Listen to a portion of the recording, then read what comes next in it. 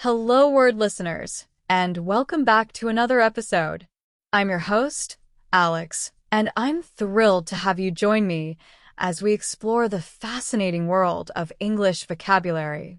Today's word is capacity, a B2 level noun meaning the maximum amount that something can contain. Think of it as the measure of how much something can hold. Capacity refers to the ability or power to do something, or the amount that something can produce. In everyday language, we often use capacity to describe the size of containers, the ability of a machine to produce goods, or even a person's ability to learn or perform tasks. The word is all around us. Now, let's dig a little deeper. What are some words that are similar to capacity? Well, synonyms include volume, size, and capability. Let's see how these words work in sentences. The volume of the water tank is enormous, allowing it to store a lot of water. The size of the stadium determines how many people can attend the concert. Her capability to solve complex problems makes her an asset to the team. Notice how each synonym conveys a similar idea to our word of the day, capacity. But what about the opposite of capacity? What words express the idea of limitation or emptiness? Antonyms for capacity include emptiness, inability, and limitation. The emptiness of the stadium was quite noticeable, as almost no one attended the game. His inability to concentrate prevented him from finishing the assignment.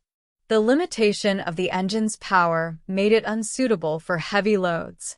These antonyms showcase the flip side of capacity, highlighting the lack of ability or fullness. Now, how can we use capacity in everyday life? Well, you might say, the restaurant is operating at full capacity, meaning it's completely full of customers. Or, she has a remarkable capacity for learning new languages. You might also hear someone say, the gas tank has a capacity of 15 gallons.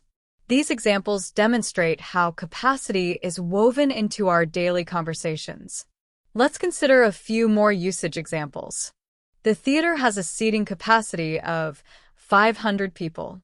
In this case, capacity refers to the number of people the theater can hold. The factory is working at full capacity to meet the increased demand. This means the factory is producing as much as possible. He reached his full potential due to his great learning capacity. Here, capacity describes his ability to learn and grow. The battery has a large capacity. Again, capacity is used to illustrate how much energy the battery can store. We are assessing the storage capacity of the new hard drive. This example uses capacity to refer to the amount of data that can be stored. Phrases that commonly use the word capacity are at capacity, meaning full or completely occupied, and learning capacity, referring to the ability to acquire knowledge. Another example could be, the elevator has a weight capacity of 2,000 pounds. Or, the server has a high data processing capacity. The word capacity is also used in figurative ways. For example, you might say someone has a large capacity for forgiveness, meaning they are very forgiving. In this instance, capacity doesn't refer to a physical quantity, but rather to someone's ability to forgive. Another example, she has the capacity to become a great leader.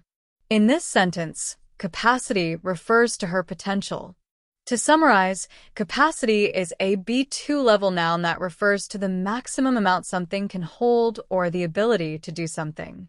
Synonyms include volume, size, and capability. Antonyms include emptiness, inability, and limitation. Remember to listen for this word in your daily life and try to use it in your conversations. Thanks for joining me on Hello Word today. Before we wrap up, I'd like to ask you a small favor. If you enjoyed this episode, please subscribe to the podcast and leave a review. Your support helps others discover Hello Word and learn English with us. Also, I encourage you to create your own sentence using the word capacity and share it as a comment under the video. I'm excited to see what you come up with. Until next time, keep learning and keep exploring the wonderful world of words.